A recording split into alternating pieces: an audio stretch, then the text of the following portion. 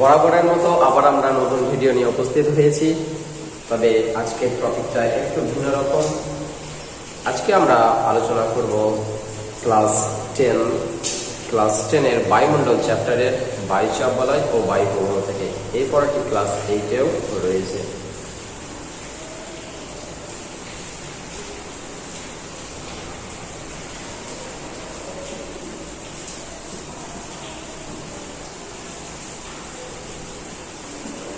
আজকে আমরা শিখব বায়ুচাপ বলয়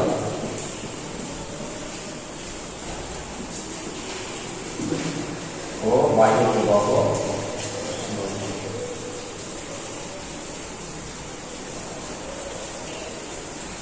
বায়ুচাপ বলয় পড়ানোর আগে আমরা বায়ু প্রবাহের যে শ্রেণীভাগ আছে সেই শ্রেণীভাগগুলো জেনে নেব। তো বায়ু প্রবাহ বিশেষ করে 4 প্রকার বায়ু প্রবাহ রয়েছে, যেটা সারা বছর দেখা যায় সেটাকে বলা হয় নিয়ত বায়ু, অর্থাৎ আইন বায়ু, উষ্ণ বায়ু, মেরু বায়ু। এই 3টি বায়ু এখানে আছে। আইন বায়ু, পশ্চিমা বায়ু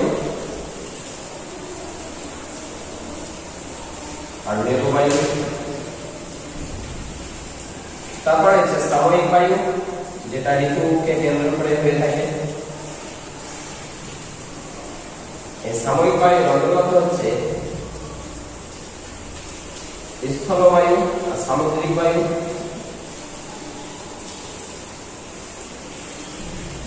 এছাড়া মৌসুমী বায়ু, যেটা স্থলবায়ু আর সামুদ্রিক বায়ুর বৃহৎ সংস্করণ নামে পরিচিত, সেই বায়ুটাও হচ্ছে সাময়িক বায়ুর উদাহরণ, যেটা ভারতে দেখা যায়। এছাড়া আরো 2 প্রকার বায়ু রয়েছে, যেটা হচ্ছে স্থানীয় বায়ু, যেটা লোকাল উইন্ড নামে পরিচিত, ও আরেকটি হচ্ছে আকস্মিক বায়ু, অর্থাৎ যেটা ঘূর্ণবাত আর প্রতিঘূর্ণবাত নামে পরিচিত। তো আজকে আমাদের আলোচনার বিষয় হচ্ছে বায়ুচাপ বলয় ও বায়ু প্রবাহ। তো বায়ু প্রবাহের মধ্যে আজকে আমরা শুধুমাত্র নিয়ত বায়ু নিয়ে আলোচনা রাখবো ক্লাসে। পরবর্তী ক্লাসে আমরা সাময়িক বায়ু ও স্থানীয় বায়ু নিয়ে আলোচনা রাখবো। তো আজকে আমরা ডিটেইলস এর বায়ুচাপ বলয় সম্পর্কে জানব।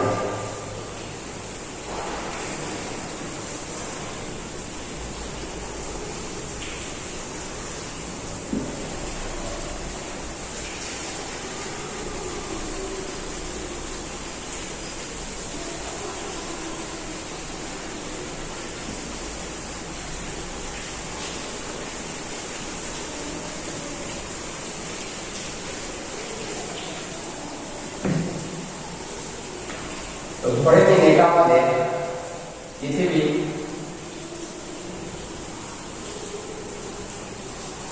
এবার এটা ধরে নিন মিডিল অংশ, যেটা 0 ডিগ্রি অর্থাৎ নিরক্ষীয় অঞ্চল। তারপর এটা 23.31 ডিগ্রি উত্তর অক্ষাংশ। তারপরে এটা ধরে নিন 23.31 ডিগ্রি দক্ষিণ অক্ষাংশ। তারপর এটা ধরে নিন 66.5 অর্থাৎ 66.5 ডিগ্রি দক্ষিণ। এটাও ধরে নিন 66.1 ডিগ্রি উত্তর। তারপর আমরা জানি যে এটা হচ্ছে উত্তর মেরু 90 ডিগ্রি উত্তর অক্ষাংশে অবস্থান করছে। এটা হচ্ছে দক্ষিণ মেরু 90 ডিগ্রি দক্ষিণ অক্ষাংশ। তো এবার আমরা জানবো যে বায়ুচাপ বলয় কিভাবে সৃষ্টি হয়েছে আর কিভাবে বায়ু প্রবাহগুলো প্রবাহিত হচ্ছে। তো আমরা জানি যে পৃথিবী এই বোর্ডে আমি সমান ভাবে আর বৃত্তাকার ভাবে অঙ্কন করলেও কিন্তু পৃথিবী কিন্তু 66.31 ডিগ্রি কোণে হেলে রয়েছে, এটা আমরা সকলেই জানি। আর হেলে থাকা অবস্থায় পৃথিবীর যেটা মধ্য অংশ অর্থাৎ 0 ডিগ্রি বরাবর কিন্তু সূর্যরশ্মি এখানে লম্বভাবে পড়ে, অর্থাৎ বেশিরভাগ সময় কিন্তু মাথার উপর সূর্য এখানে দেখা যায় সেই 12 ঘন্টার ভিতরে। তো হচ্ছে যে এই অংশে তাহলে উষ্ণতা বেশি, পৃথিবীর মধ্যে এই অংশে উষ্ণতা বেশি। তার কারণ হচ্ছে পৃথিবী হেলানো অবস্থায় আছে আর এখানে সূর্যকিরণ সবথেকে বেশি পড়ে, যেখানে এখানে উষ্ণতা অটোমেটিকলি বেশি।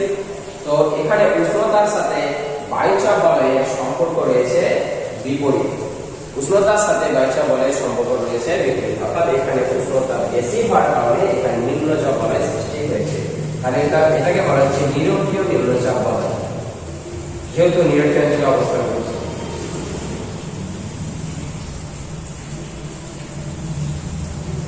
এরপর দেখবো যে 38 ডিগ্রি উত্তর আর 37 ডিগ্রি দক্ষিণ বরাবর উচ্চচাপ বলয় সৃষ্টি হয়েছে। কেন উচ্চচাপ বলয় সৃষ্টি হয়েছে আমরা এখন জানবো।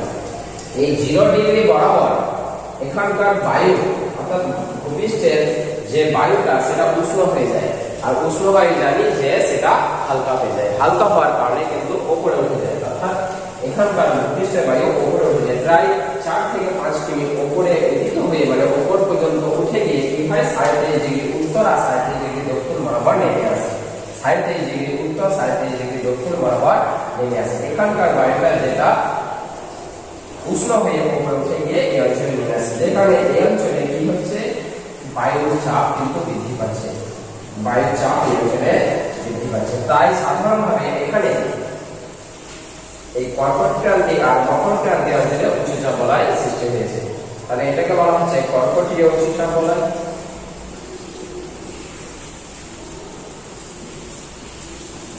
আর এটা হচ্ছে মকরীয় উচ্চচাপ বলয়।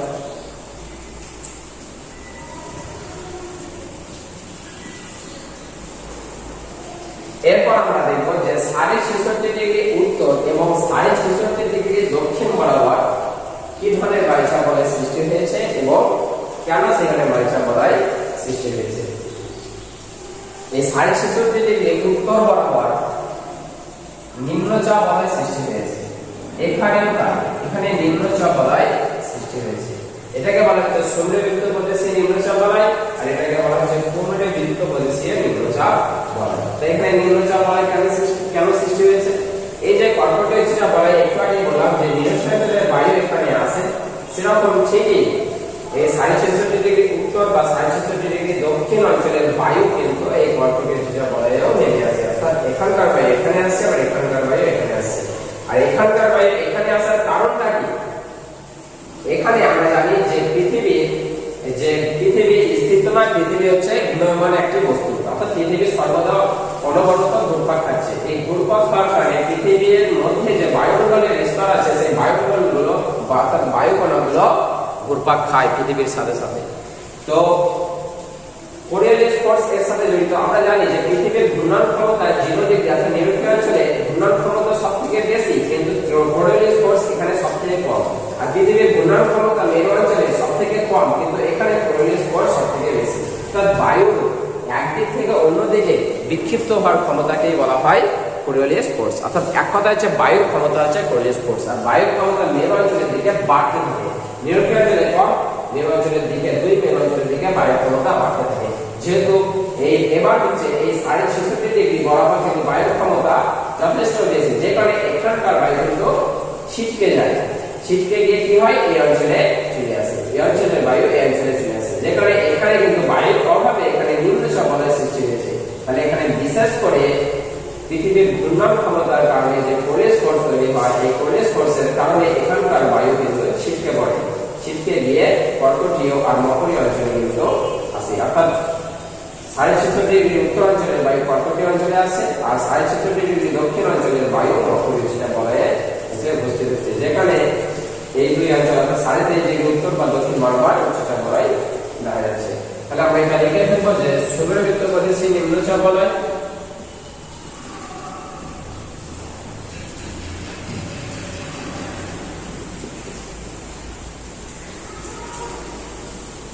আর এটা হচ্ছে পুনর্বৃত্ত প্রদেশীয় নিম্নচাপ বলয়।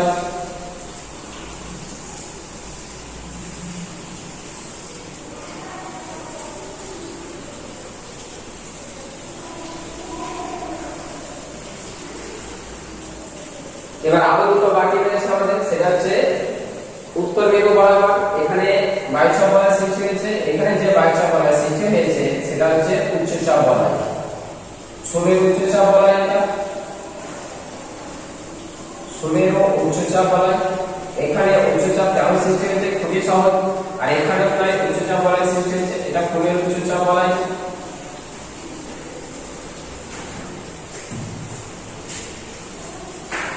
এই দুই অঞ্চলে আমরা জানি যে পৃথিবী যেহেতু টিল্ট অর্থাৎ বাঁকা অবস্থায় রয়েছে, আর সূর্যরশ্মি এই দুই অঞ্চলে অর্থাৎ সুমেরু আর কুমেরু অঞ্চলে সূর্যকিরণ সবথেকে কম পড়ে, সূর্যকিরণ সবথেকে কম পড়ে, যে কারণে এই দুই অঞ্চলে শীতলতার পরিমাণ বেশি, আর শীত যেখানে বেশি সেখানে বায়ু উচ্চচাপ বলয় তৈরি হয়।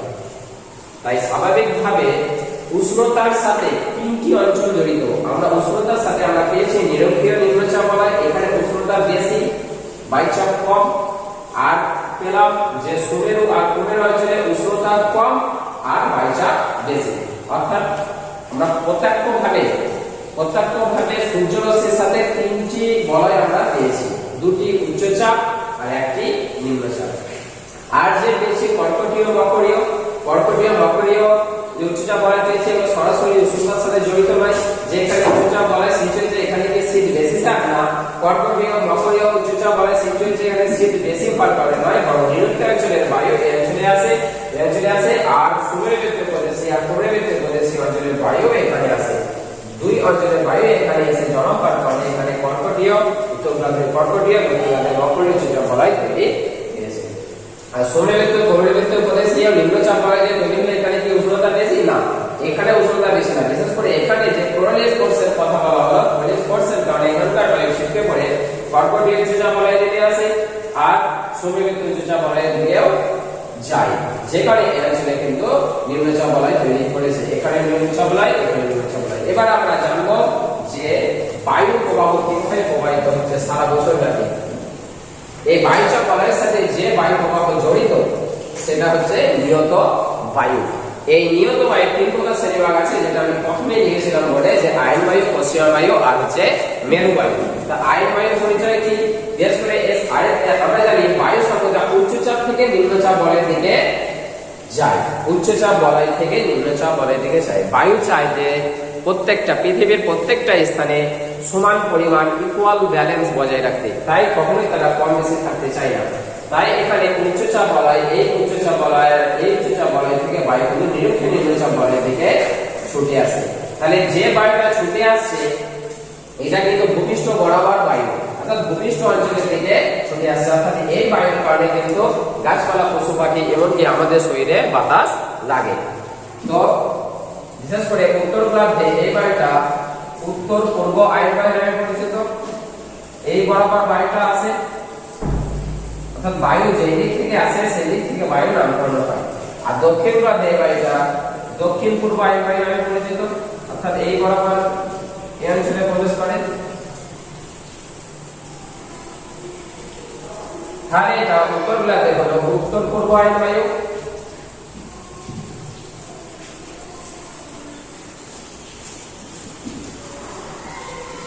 আর দক্ষিণ গোলার্ধে এটাই হচ্ছে দক্ষিণ পূর্ব আয়ন বায়ু, যেহেতু পূর্ব দিক থেকে প্রবাহিত হচ্ছে।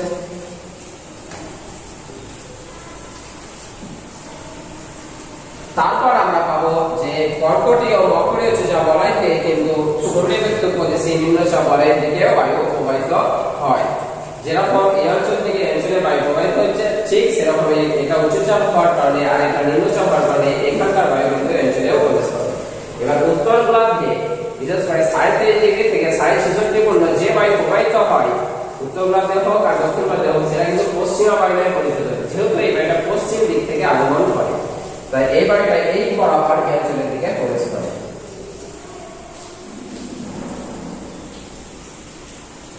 ঠিক এটাও সেরকম এই বরাবর এই অঞ্চলে প্রবেশ করে।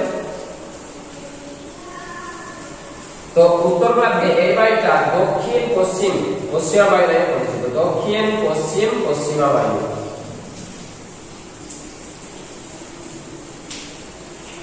আর দক্ষিণ গোলার্ধে এই বায়ুটাই উত্তর পশ্চিম পশ্চিমা বায়ু নামে পরিচিত, উত্তর পশ্চিম পশ্চিমা বায়ু। এরপরে পড়ে থাকলো আমাদের মেরু বায়ু।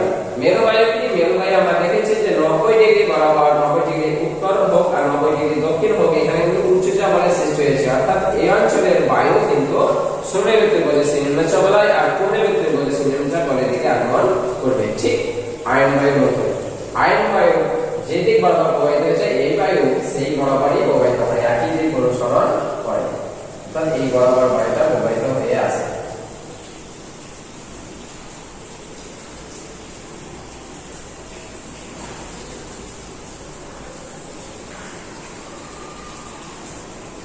তো এই বায়ুটা উত্তর গোলার্ধে উত্তর পূর্ব মেরুবায়ু নামে পরিচিত, উত্তর পূর্ব মেরুবায়ু। আর দক্ষিণ গোলার্ধে এই বায়ুটাই দক্ষিণ পূর্ব মেরুবায়ু নামে পরিচিত।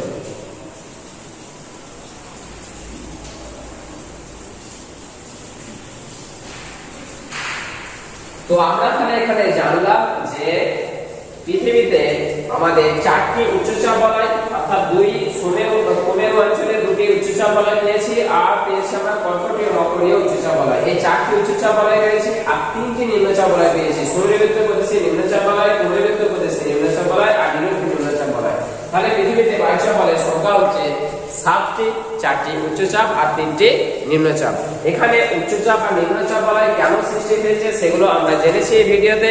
এছাড়াও আমরা জানলাম যে বায়ুচাপ বলয়ের কারণে যে বায়ু সৃষ্টি হয় সেই বায়ুকে বলা হয় নিয়ত বায়ু, আর নিয়ত বায়ুর যে ভাগগুলি অর্থাৎ আয়ন বায়ু, পশ্চিম বায়ু, মেরু বায়ু, সেই বায়ু নিয়ে আমরা ডিটেইলস আলোচনা করলাম। এই বিষয়ে আরো কিছু আমি বৈশিষ্ট্য দিই যে বিশেষ করে আয়ন বায়ু কেন বলা হচ্ছে। 37 ডিগ্রি উত্তর থেকে এই 0 ডিগ্রি বরাবর যে বায়ু প্রবাহিত হচ্ছে একে আয়ন বায়ু বলা হচ্ছে। আয়ন শব্দের অর্থ হচ্ছে পথ, অর্থাৎ পাত, যেটা পাত মানে পথ। তো এই বায়ুর সাহায্যে কি হতো, প্রাচীনকালে নৌকা চালানো হতো, সমুদ্রের উপর নৌকা চালিয়ে তারা এক দেশ থেকে অন্য দেশে পৌঁছে যেত এই বায়ুর সাহায্যে। তাই এই বায়ুকে বলা হয় আয়ন বায়ু। আর পশ্চিমা বায়ু কি? যেহেতু এই পশ্চিমা বায়ু অঞ্চলে বিশেষ কিছু বৈশিষ্ট্য দেখা যায়, বিশেষ করে এই উত্তর গোলার্ধে পশ্চিমা বায়ুর প্রভাব অর্থাৎ গতিবেগ সর্বোচ্চ না দেখা গেলেও কিন্তু দক্ষিণ গোলার্ধে পশ্চিমা বায়ুর প্রভাব অন্যরকম। যেহেতু আমরা জানি যে আমাদের পৃথিবীর দক্ষিণ গোলার্ধে স্থলভাগ কম, জলভাগ বেশি, যে কারণে কি হয় যে বিশেষ করে পশ্চিমা বায়ু 40 ডিগ্রি অক্ষাংশ বরাবর বিশাল গতিবেগে ছুটে যায়। আবার বলি যে পশ্চিমা বায়ু দক্ষিণ গোলার্ধে 40 ডিগ্রি বরাবর বিশাল গতিবেগে ছুটে যায়, যাকে বলা হয় গর্জনশীল 40। মানে এতটাই গর্জন মানে আওয়াজ করে যে মনে হয় যেন গর্জন করছে বায়ু, যে কারণে একে বলা হয় গর্জনশীল 40।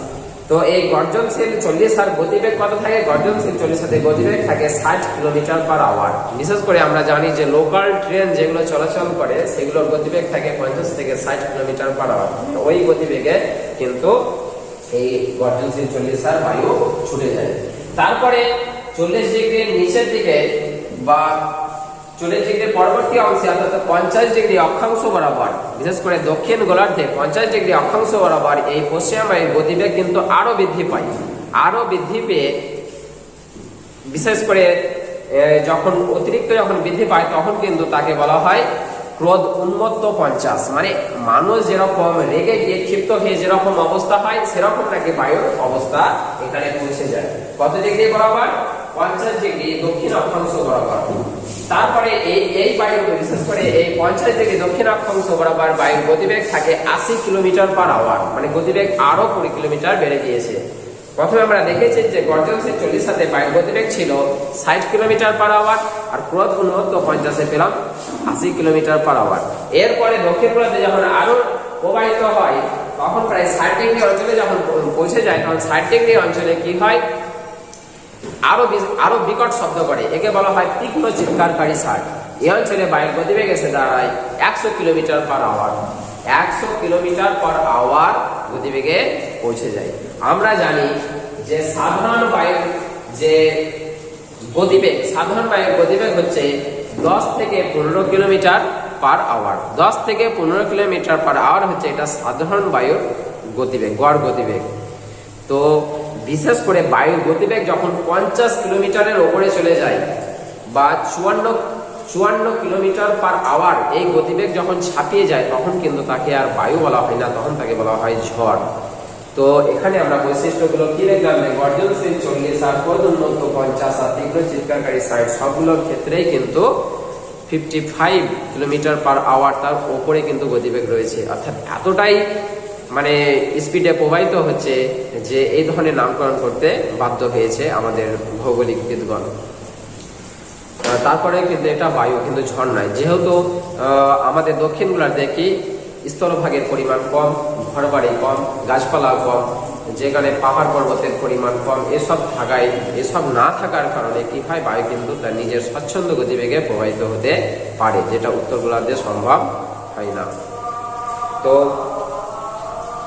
আশা করি আপনাদের ভিডিওটা ভালো লেগেছে। আমরা পরবর্তী ভিডিওতে বায়ু প্রবাহের বাকি যে শ্রেণীভাগগুলি অর্থাৎ সাময়িক বায়ু, স্থানীয় বায়ু আর আকস্মিক বায়ু সম্পর্কে আলোচনা রাখবো।